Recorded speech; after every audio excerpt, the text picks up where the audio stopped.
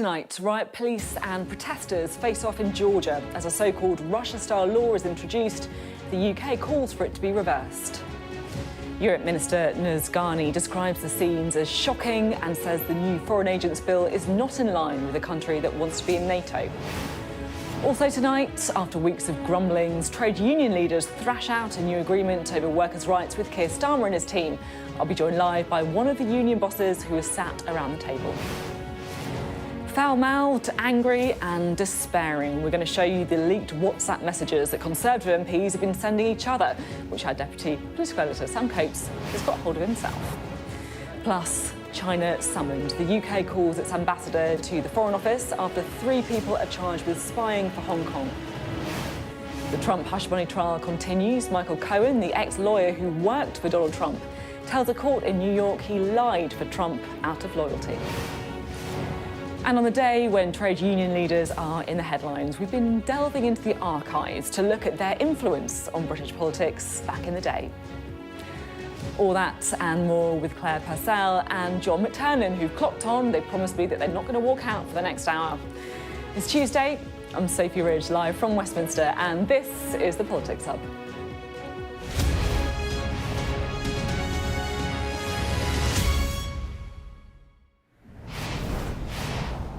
Hello, good evening. Now, we don't always start this programme with international news, but something quite remarkable is happening right now in Georgia, and it is also causing concern in Whitehall.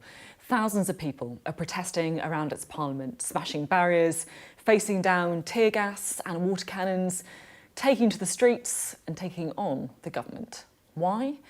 Well, the trigger has been the Georgian parliament passing a controversial Foreign Agents Bill, which opponents have denounced as the Russia law. But this is really about much more than that. It's about an independent news media, free speech and the right to speak out against the government. And it's also about the future of Georgia and whether it locks itself closer to Russia or to Europe, as it does so. Now, our correspondent, Dominic Waghorn, is there. We can speak to him in just a moment. He's been there throughout the day. But first, I do just want to talk you through just how Georgia arrived at this minute and also what we're hearing from the Foreign Office tonight as well. So, Georgia was once a former Soviet republic. It became independent in 1991 after the dissolution of the Soviet Union. Now, the reason for this bout of unrest is the controversial Foreign Agents Bill. Now, the concern is that it's modelled on laws used by Vladimir Putin in neighbouring Russia. And the new legislation that was passed today will require media and non-governmental organisations, other non-profits, to register as pursuing the interests of a foreign power if they receive more than 20% of funding from abroad. Now, the governing party argue that that legislation is necessary to stem what they deem to be harmful foreign influence over the country's political scene. But the opposition has denounced it. They're calling it the Russia law. They're saying the bill is a sign of Moscow's apparent influence over Georgia and will make joining the EU more difficult. So demonstrations have been taking place in the Georgian capital over the weekend and today. Protesters with Georgian flags and also EU flags as well have clashed with the police, with attempts to try and break down barricades outside Parliament. Right, let's bring you up to speed, shall we, with the reaction we're getting back here in Westminster, because we had a statement by the Europe Minister, Ghani. Now, she said the scenes in Georgia are shocking, and as friends of Georgia, we call for calm and restraint on all sides. She goes on to say the UK is clear. Support for foreign agents law in Georgia's parliament today flies in the face of the country's ambition to become a modern European democracy. Well, also in the last hour, we've heard from the Deputy Foreign Secretary, that's Andrew Mitchell.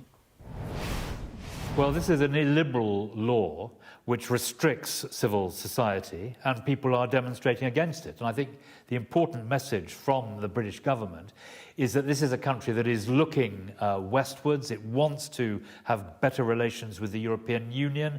It wants to be a candidate NATO country. It's not going to be able to do that if it introduces illiberal measures, and particularly if it's looking towards Russia rather than a liberal West. Well, let's go now to Tbilisi in Georgia and Sky's international affairs editor, Dominic Waghorn. Dom, you've been there, throughout, haven't you? What have you been witnessing? Well, let me bring you up to date now, Sophie, before we go over the events of the day, because it's quite remarkable what's happening now in Tbilisi. There literally must be tens of thousands of people on the streets of the Georgian capital. I think the government would have hoped that passing that law would have sent people home in a mood of defeat and failure. If that was the hope, they would have been sorely disappointed. The opposite appears to have happened. They seem to have been mobilised and galvanised by what they've seen on their television. That bill being passed off a very acrimonious debate that saw MPs brawling in Parliament, and then yet more police brutality outside their Parliament as snatch squads went into the crowd, grabbing people, despite a stern condemnation of the similar policing we saw yesterday, and then a huge amount of police coming out, forcing the crowds away from the Parliament. And then a few hours later, the police literally evaporated, pulled back, and let the crowds move back into the area around the Parliament, where they've had a rally. Now, they have now decided to leave the area, or a lot of them, the area outside the Parliament, and they are now marching through down Rustaveli Avenue. That is the main thoroughfare through Tbilisi, and their destination is Hero Square, down the avenue ahead of us here, which they intend to occupy and to block. It's one of the main arterial routes through Tbilisi, through the capital here, and they want to occupy it and block it. So what's really striking about this is that they are digging in their heels, these protesters who believe that that law is effectively a pro-Russian law being pushed through Parliament by a pro-Russian government, and they've been supported in that characterization of the law by the White House, who have said it is a Kremlin-inspired law, and the European Union has also condemned it, saying it makes it much harder for Georgia to achieve its dream of joining the European Union. So despite all that condemnation of that law, the government has pushed ahead with it. So while protesters are back on the streets of Tbilisi, making their voices heard very loudly, the government's also digging in, pushing the law through, but also allowing its police to act with a certain amount of brutality and violence again this afternoon. I mean, we saw things like the police scattering the crowd, goading and taunting them, sort of giving them signs saying, effectively saying, do you want some? So not in any way kind of calming policing, but very aggressive. And some of the pictures we've seen released by protesters of some of their friends being beaten with really bad bruises to their faces, we have seen again today, and we have seen that earlier, opposition politicians followed to their homes by hooded thugs. So I think the impression we have here is that, certainly the protesters have, is that their country is heading towards a kind of Russian future of repressive policing, laws that will allow the government to have more control of the media and more control of human rights groups, the same kind of laws that Vladimir Putin and Alexander Lukashenko have used to usher in more authoritarian rule in Russia and Belarus, and they are determined for that not to happen.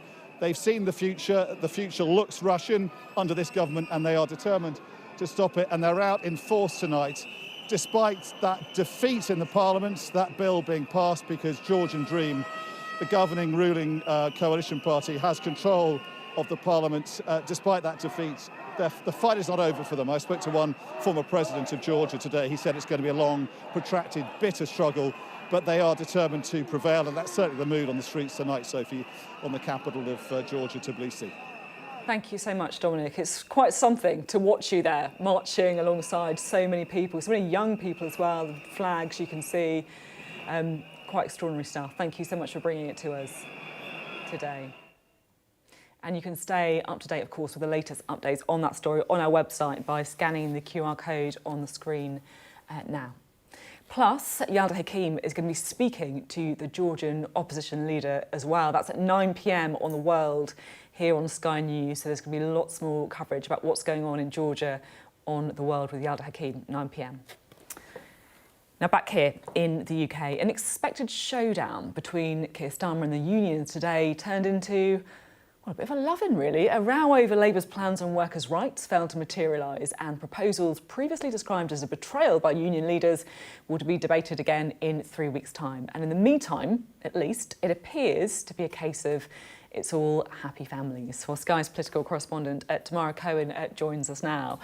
Tamara, what's happened today? Peace broke out, at least for now.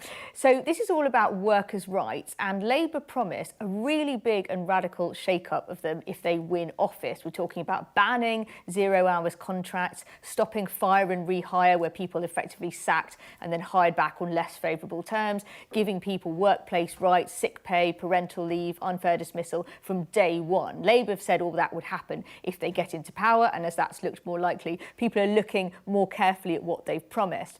Now, last week it emerged that Labour has circulated a new draft of how some of this would actually work in practice to union leaders, and they weren't very impressed. Sharon Graham, the General Secretary of the Unite Union, which has over 1 million members, called it a betrayal, said it was outrageous.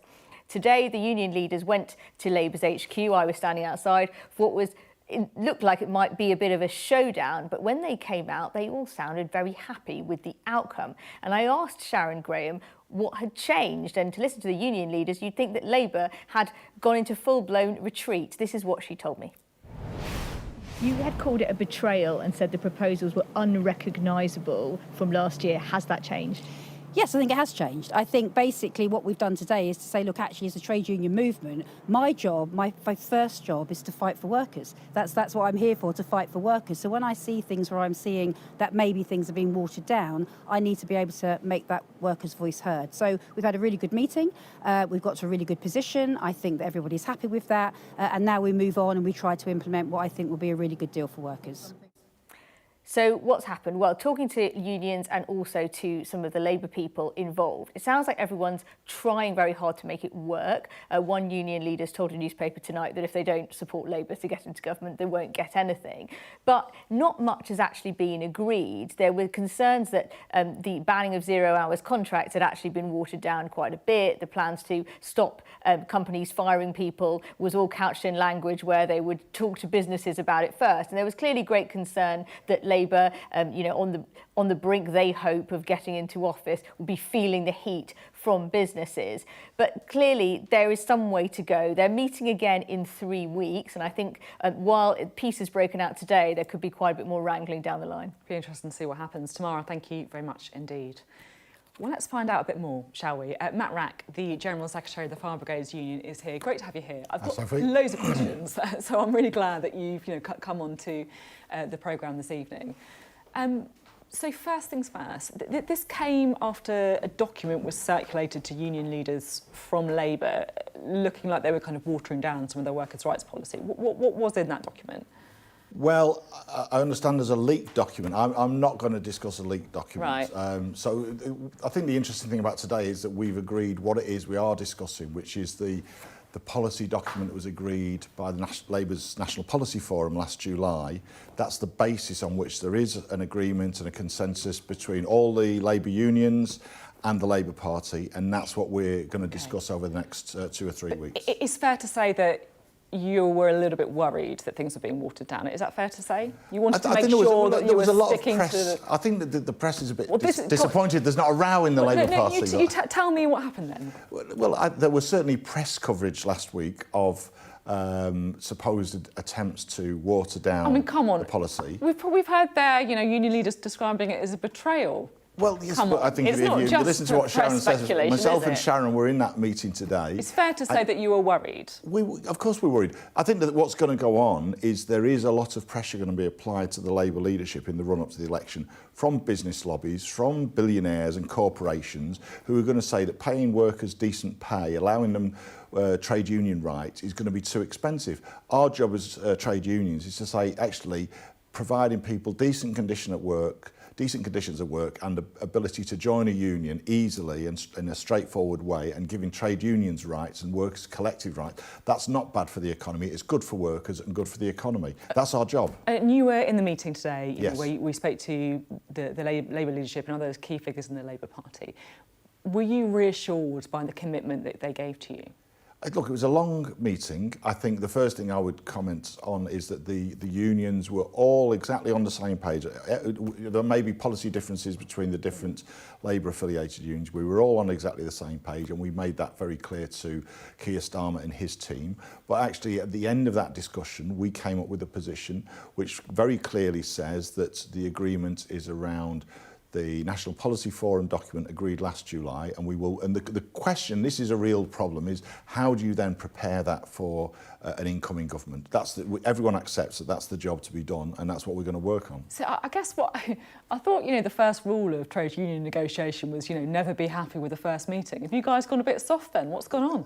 No, well, we'll see. There's always time for another row further down the line. But no, we're not there to have a row. We're there to try and get the best arrangements for our members. And you trust Keir Starmer? You don't think he's going to go back on some of the promises? Well, as you say, as a trade union negotiator, our job is to question everything and challenge things.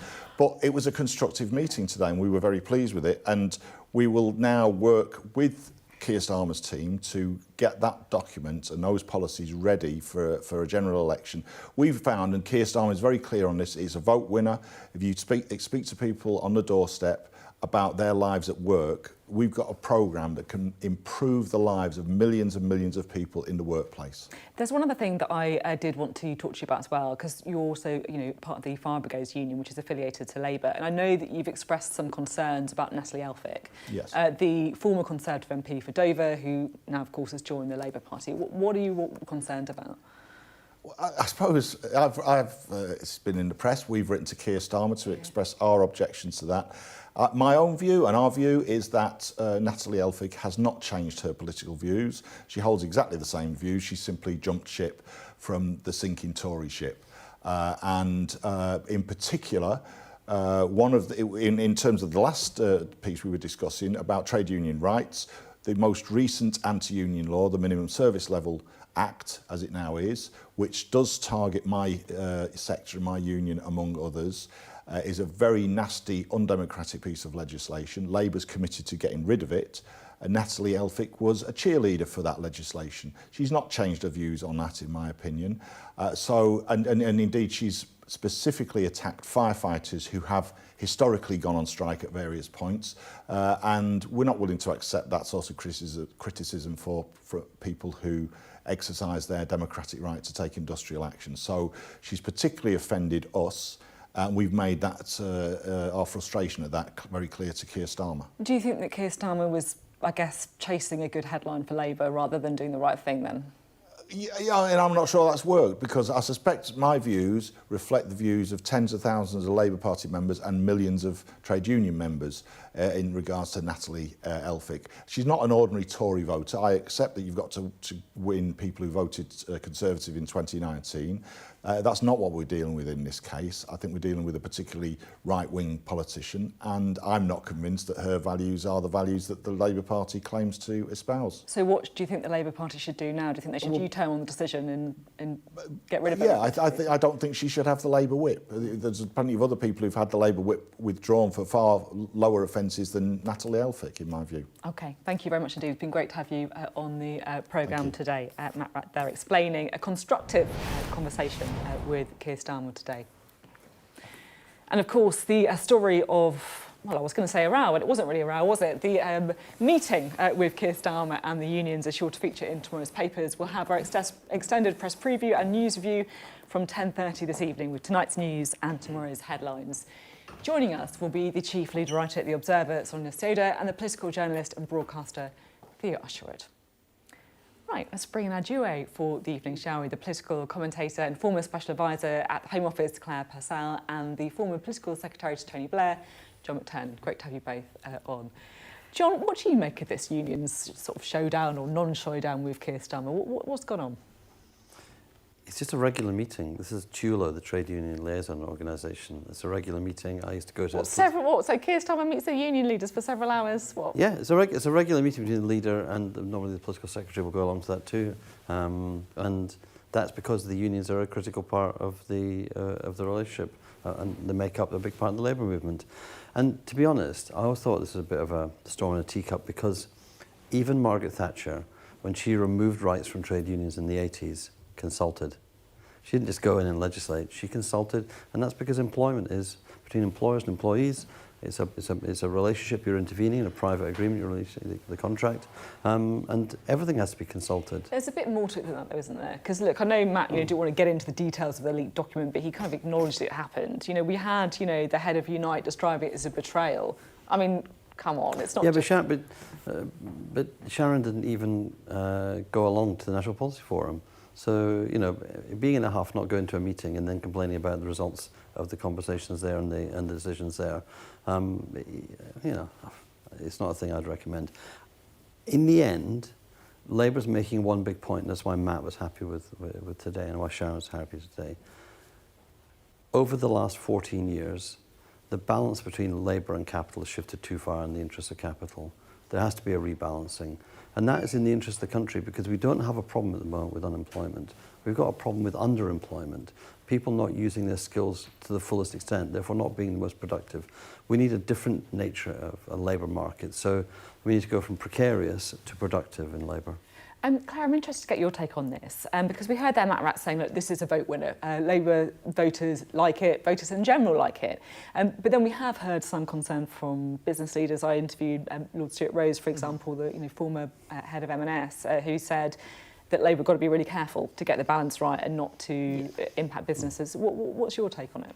Yeah, I think there is a really careful balance that's needed. I don't think you want to scare businesses away, and I think that's why a cautious approach from Keir Starmer is probably to be welcomed. I mean, that's about the only thing I'll agree on, to be honest. To see him the only person here probably that is not happy with the unions. But it's quite interesting, the downplaying. I mean, John's just done it, and Matt Wrack certainly did it. That a lot of the plans that Labour had have been incredibly watered down. I'm all for consultation with businesses. I think that's fantastic. But when you've said that you're going to stop something like 0 hours contracts, so actually that's not quite true. You're going to water that down and you're going to consult on it and you're going to look at changing the time that you judge people's pay over. Okay, well, that's not quite how it was read. And also the collective bargaining power, which is always the largest thing in a union's arsenal, that's also been watered down. That was going to be for all sectors. Collective bargaining is now only going to be reduced to the care sector. So things are falling apart already, and we've only just had this one nice little friendly chit-chat today. So I'd like to see quite what the detail is coming out of it. What do you make of that? Oh, look, sectoral bargaining is being tried out in the social care sector. It's one of the most fragmented employment sectors, and it's where we actually need better working conditions and better pay to actually bring people into recruitment so we can care for our elders. And I do think talking to the unions and talking to business about changing laws is what a government does. So we're preparing for government by doing this. But do you not agree that the strikes that we've seen have been so devastating to so much of the economy, looking at the nighttime economy, hospitality, people trying to get trains into work, those kind of things? And I know in my own county, when you look at the impact on the seaside communities, when there are no trains, when people can't run, then to just say we're going to ban the anti-strike laws, I think you're not going to put anything in place to stop it. To not make a pay offer for 2 years to train drivers, you're asking for industrial action. And it's not the employee, it's the private sector employers are being held back by the government from making a pay deal. In the end, employers and employees, bosses and unions have to come to a decision, because they understand whether it's the nighttime economy, whether it's the seaside economy, whether it's the railways, they have to do a deal because they need to keep the show on the road. And I think it's really extreme to try to pretend that this is like a return to the 1970s or something. This is actually modest changes. All right, thank you. We're out of time. Good debate. We're going to continue with the debates on the Politics Hub, because coming up, we were talking about the showdown between Keir Starmer and the unions turning into a love-in, or what's known in the trade as a constructive discussion. We'll have a look back at the love-hate relationship between Labour and the trade unions over the years. The latest from Donald Trump's hush money trial, as his defence team tried to discredit his former lawyer, Michael Cohen, and rubbish his claims that the former president was not thinking about Melania when he allegedly paid off porn star Stormy Daniels. Northern Ireland's First Minister apologises to the COVID inquiry for breaching the rules during the pandemic to attend the funeral of a senior IRA member. And anger, frustration, even despair from among Conservative MPs towards the PM's team. Sky's Sam Copes has some very revealing leaked Conservative WhatsApps. Don't go away.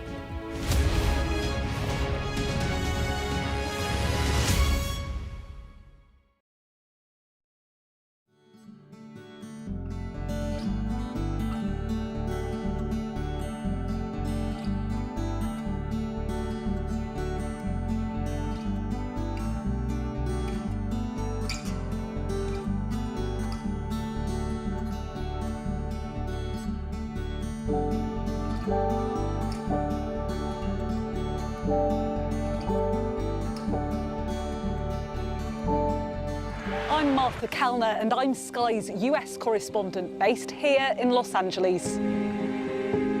It's turning everybody into, a crazy, violent drug addict. How are you feeling? I am angry. It is an anti-woman agenda. 2 women say that you paid for their abortions. Are you a hypocrite, sir? Will your candidates win? I hope so. I think they will. I think they're great candidates. I gotta be realistic. My sister's dead. More than 4 weeks on, there's no murder weapon and no suspect. Are you going to catch this killer?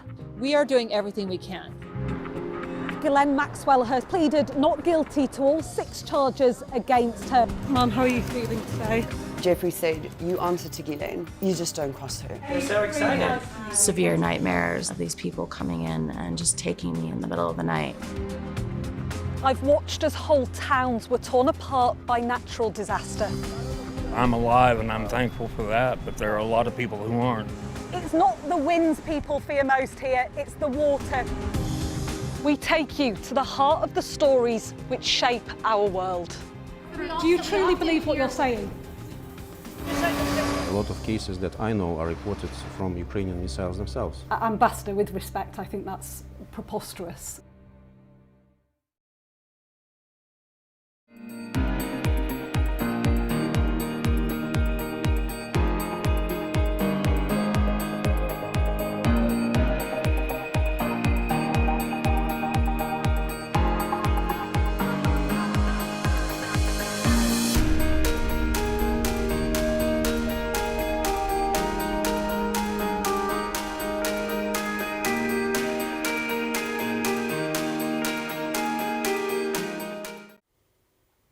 Hello, welcome back. You're watching the Politics Hub on Sky News. The top stories tonight. The UK is calling on the government in Georgia to withdraw a new law on transparency of foreign influence after clashes between police and protesters in Tbilisi. Europe Minister Nizgani says the scenes are shocking and intimidation of protesters has been orchestrated. The crunch meeting between Labour leader Keir Starmer and trade union bosses has led to both sides thrashing out a new agreement on workers' rights. And in Donald Trump's trial, his former lawyer Michael Cohen tells the court the former president approved hush money payouts. You can stay up to date with all the goings-on in Westminster on our digital politics hub by scanning the QR code at the bottom of your screen, among the other stories we've been covering that you can read about today. Grant Shapps delivered a speech at the CPOW conference where he promised a new military age as he talked about UK plans to build warships with land strikes capability. Also, Downing Street's been denying its Common Sense Minister S McVeigh overcooked a speech. That's not S McVeigh, by the way, but never mind, we'll just keep going on. Promising a crackdown on workers in the civil service wearing lanyards. New government guidance, there she is, right there, has been published this afternoon and it doesn't mention the dreaded lanyards. All that and much more, just scan the QR code on the bottom of your screen. Now, there are a couple of certainties in life. Death, taxes, and if you're a Conservative MP and you post in a WhatsApp group, then your messages may very well be leaked to Sky's Sam Coates. Yes, Sky News has obtained messages from Conservatives expressing frustration and despair towards the Prime Minister's top team after a chaotic vote last night, where Parliament voted to ban members arrested for a serious offence. One MP said they're at a loss at the handling of the vote. Another describes an end-of-days vibe in the party. Well, here is Sky's very own Sam Coates. Tory MPs are grumpy. Why? Because many of them found themselves on the losing side of a vote on MPs' conduct last night. The Tories wanted a new plan to exclude MPs who've been charged with offences from coming onto the parliamentary estate. But the winning proposal came from the Lib Dems. That was a proposal that any MP who has been arrested should be excluded. Now, there was a tense vote on Monday night and many Tories found themselves outmanoeuvred by the opposition, mistakes made by the government side. I've been given leaked WhatsApps from the Tory WhatsApp group showing the sense of anger inside the Tory party and frustration over what went on.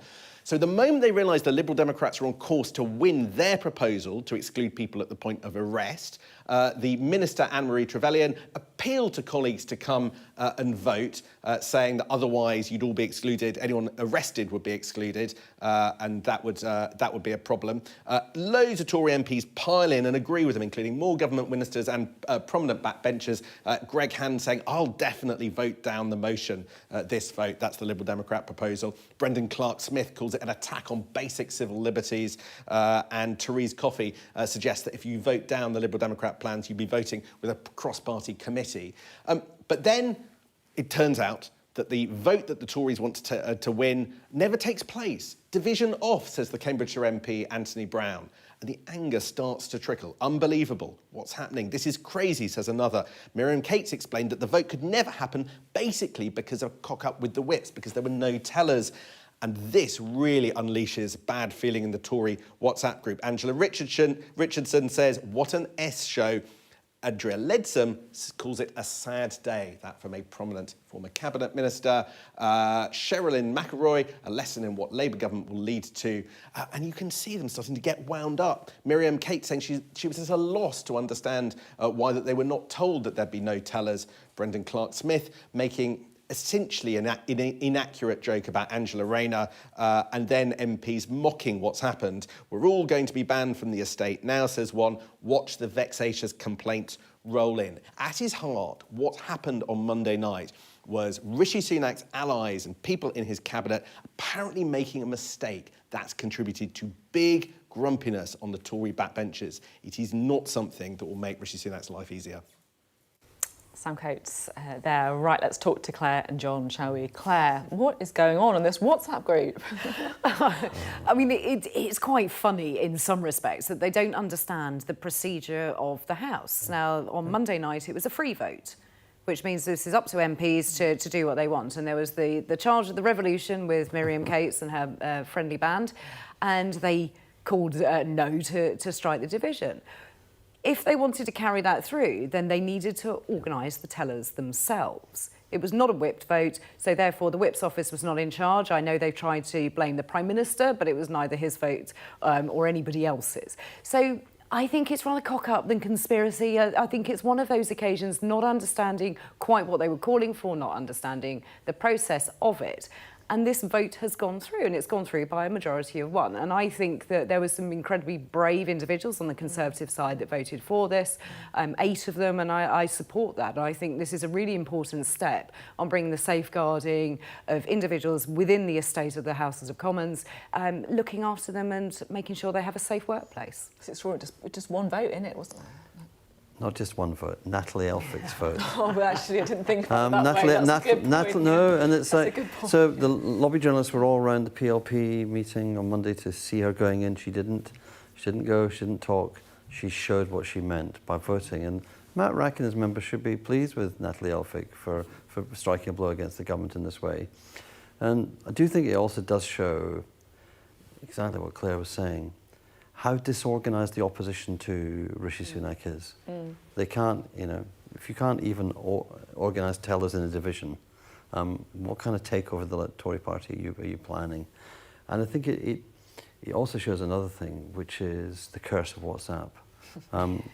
I can't imagine being political secretary during a period when MPs have WhatsApp. In the good old days, MPs had to go and find a journalist, talk to them, and you could see them.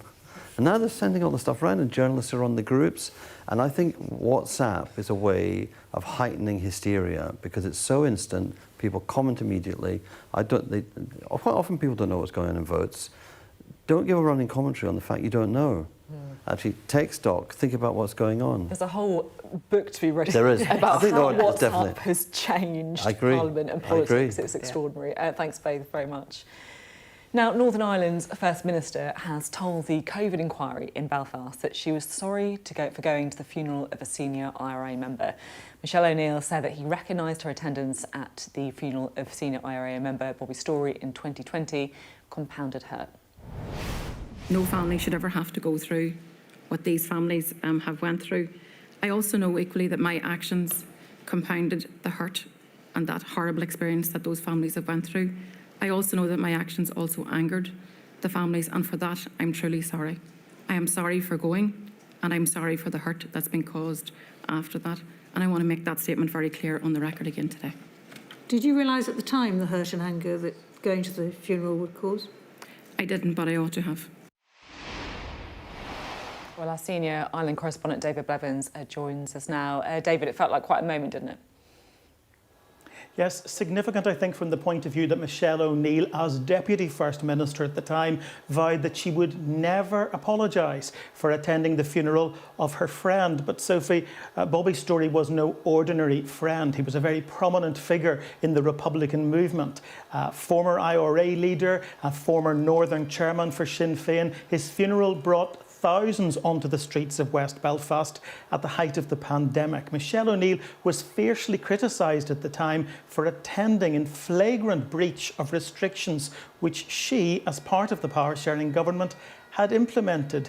But today, 4 years on, now holding the office of First Minister herself, sorry has ceased to be the hardest word. She says she recognises the hurt it caused to families who were unable to hold funerals themselves, and apologised not once but twice. In other exchanges to the inquiry today, she also admitted wiping or cleansing both her personal and her government mobile phones. She said she thought that was the practice at the time, and when challenged about the dysfunction at the heart of power sharing during the pandemic, she absolutely refuted the suggestion that she was playing politics at any time. It's Arlene Foster's turn in the chair tomorrow. David, thank you very much indeed. David Blevins there. You're watching the Politics Hub. Coming up, we'll have the latest from Donald Trump's hush money trial as his former lawyer Michael Cohen claims the former president was not thinking about Melania when he allegedly paid off the porn star Stormy Daniels. Stay with us.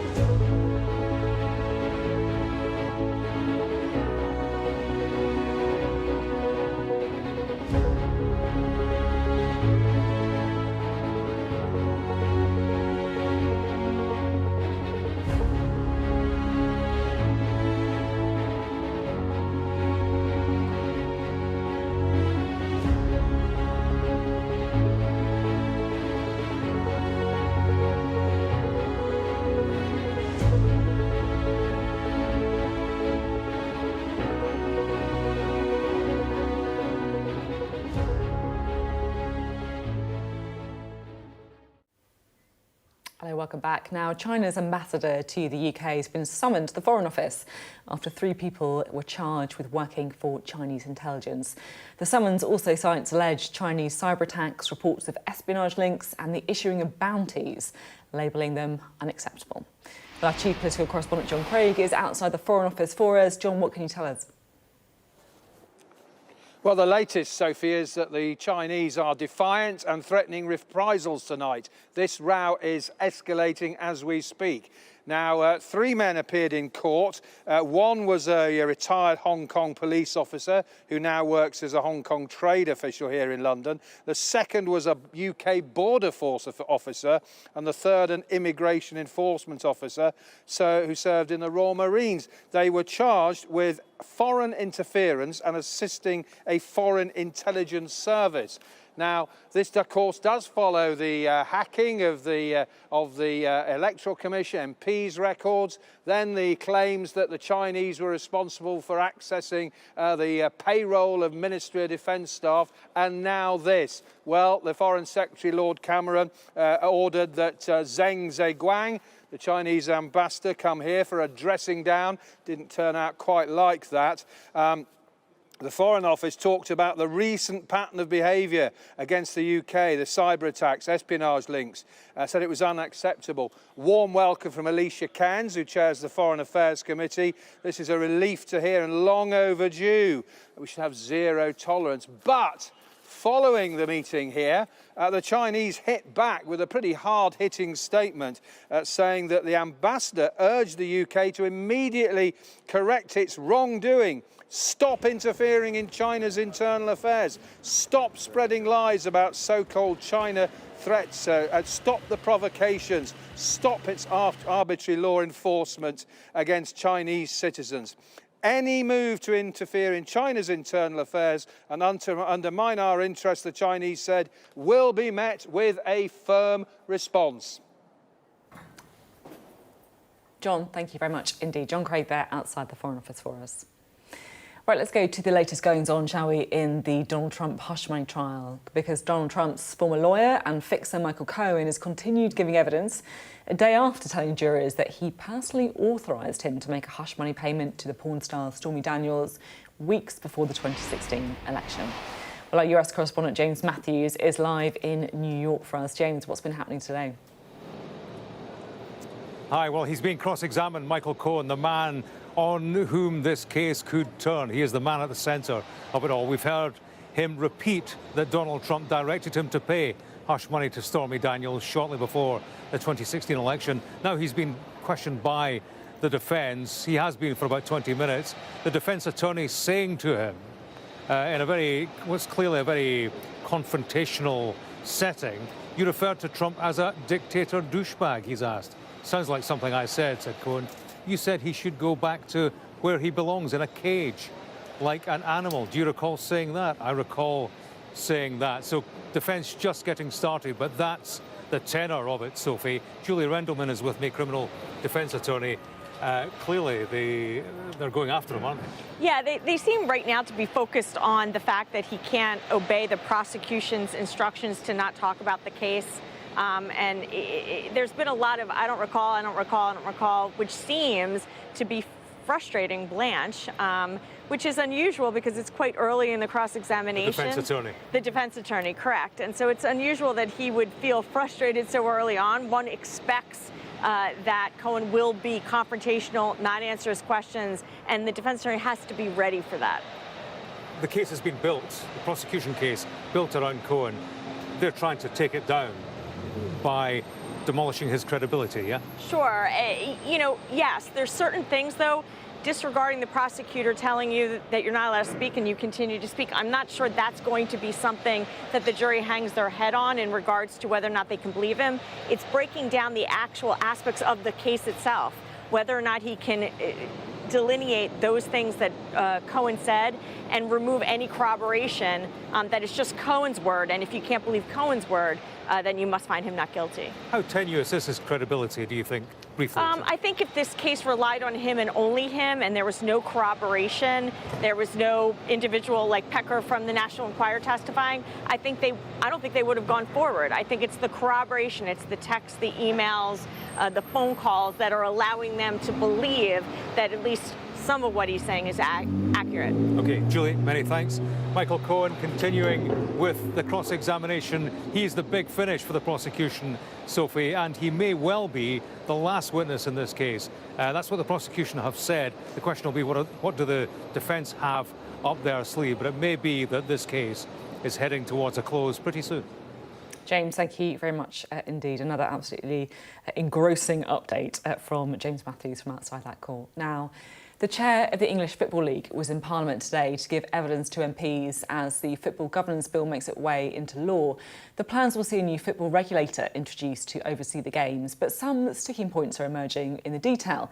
For the English Football League, the big one is over how money filters down to them from the Premier League and whether parachute payments are distorting the game. Well, I spoke to the EFL's chair, Parry, a little bit earlier. Thank you so much for being on the programme. It's good to talk to you as always. So the Football Governance Bill is working its way through Parliament. What do you make of it so far? Well, we really enjoyed watching the second reading and the debate after that, where there was a lot of cross-party support.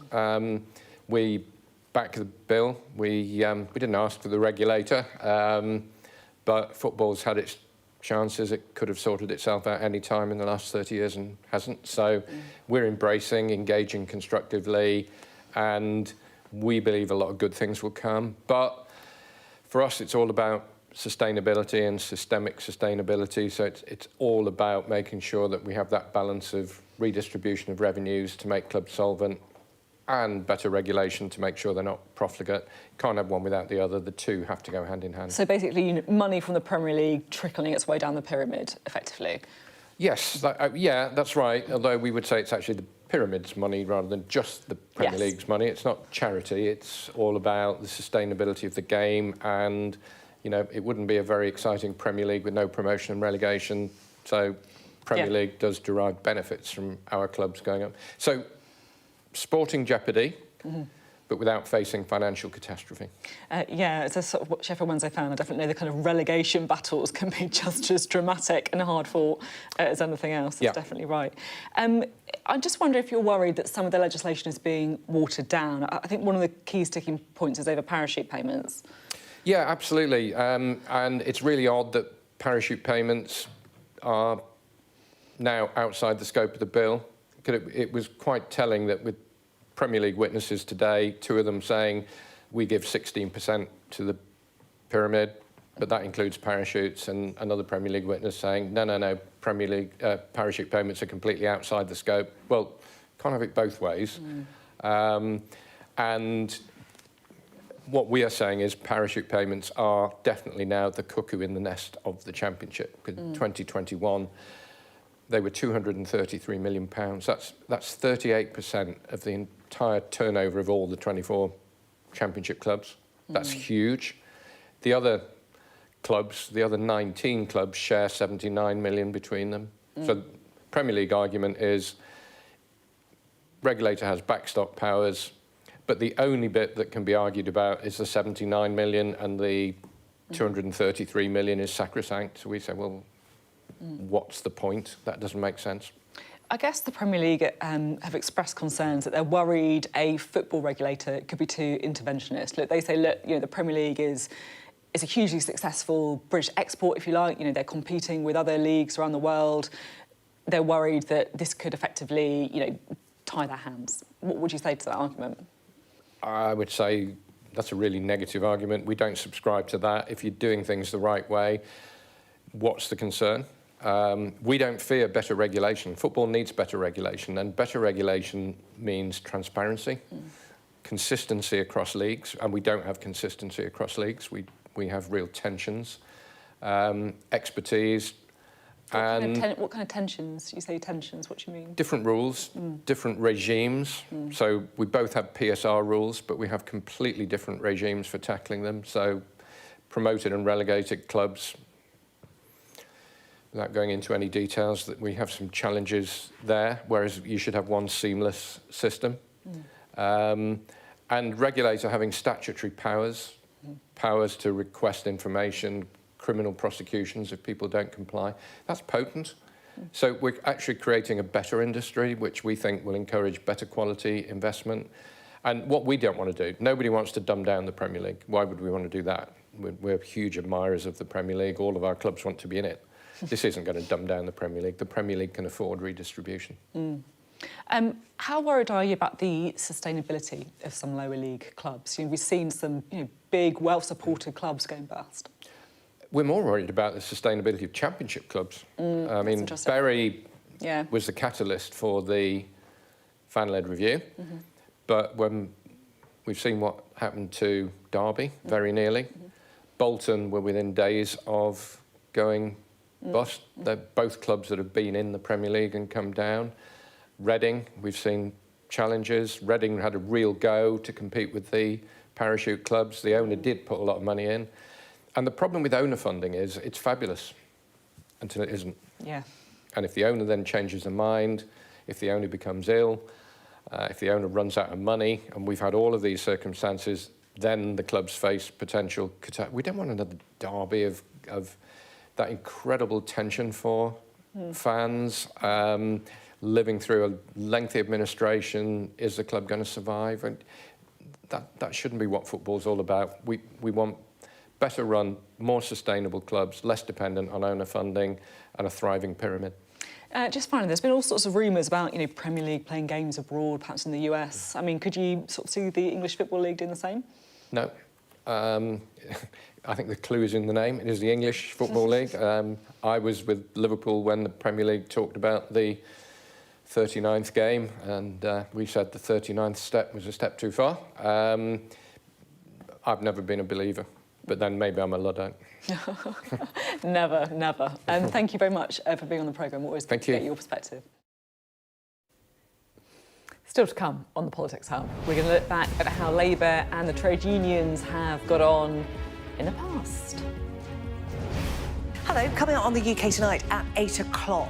What's being hailed as the most significant medical breakthrough since the introduction of statins? The biggest ever trial of weight loss jabs has found that they could cut the risk of heart attacks, strokes and cardiovascular disease by a fifth, regardless of whether the patient actually loses weight. Plus, a new portrait of the King divides opinion. We'll be getting the expert view. That and much more to come on the UK Tonight at 8.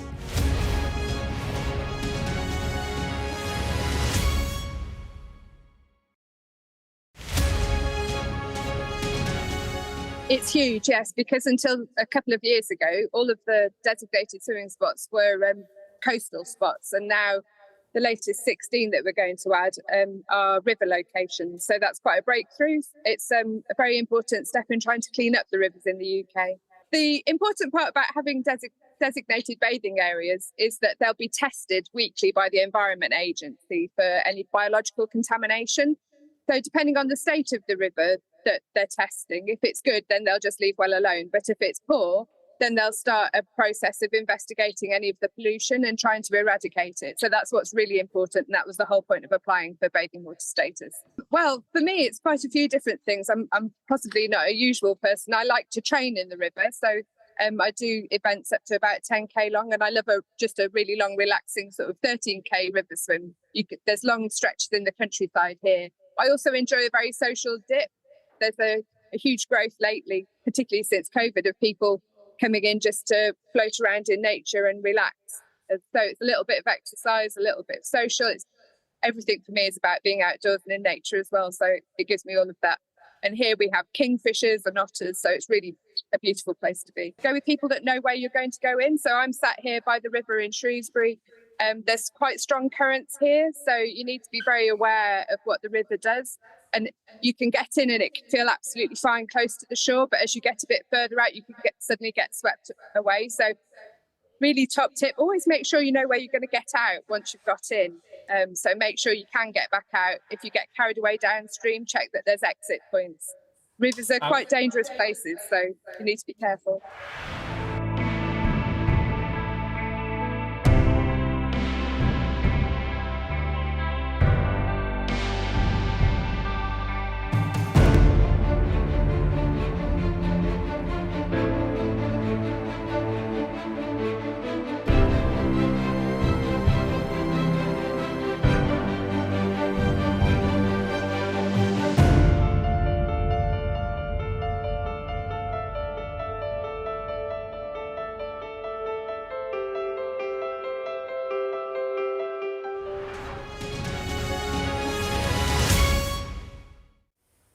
Hello, welcome back. Well, as we've been hearing, Keir Starmer's meeting with trade union leaders went well, but the relationship isn't always an easy one, so we thought we'd remind you of some of the highs and the lows.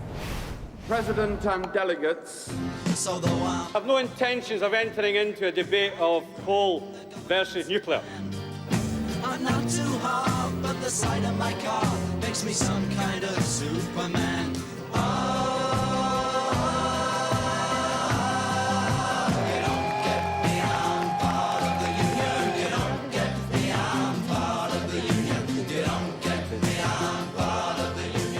First Labour Prime Minister, the first Prime Minister indeed, to address the TUC in almost 2 decades. To reaffirm our belief, reaffirm our faith for what we stand in. The economy is in crisis. Britain is in crisis. The fight they've put up over the last 14 months, and that fight will continue. I've been sacked already. I love it. I love some of that old footage, it's brilliant. Well, what adjective would you use to describe Labour's relationship with the unions then? It's fraternal. We're a family, but we have big rows, but we always get back together. Well, like any family, I guess, Yeah. right? Yeah, always a bit of friction along the way, but there you go. And I guess the Conservatives is a bit more complicated as well. Difficult. I think you'll find. Fair. Yes, I think we'll go with difficult. That covers everything. We're not natural bedfellows with the unions, so we leave that to the Labour Party. There you go. How do you think Keir Starmer will find it if he does become Prime Minister? Look, I think you'll find a modernised trade union movement. A TUC Keppel coming up with the furlough, a really constructive partner with government. They've done it with the current government in the pandemic. I think they'll do it with the Labour Party. There you go. It's been a really lovely programme. Good to have you both on. Claire, your first time on the Politics Hub as well. So, yeah, thanks for joining us today. That is it from us tonight. But we will see you tomorrow at 7. Up next, it's the UK Tonight with Sarah Jo Me. And then, of course, at 9 p.m, we've got The World with Yalda Hakim for more on those extraordinary scenes and protests that we've seen in Georgia. I'll see you tomorrow. Have a lovely evening.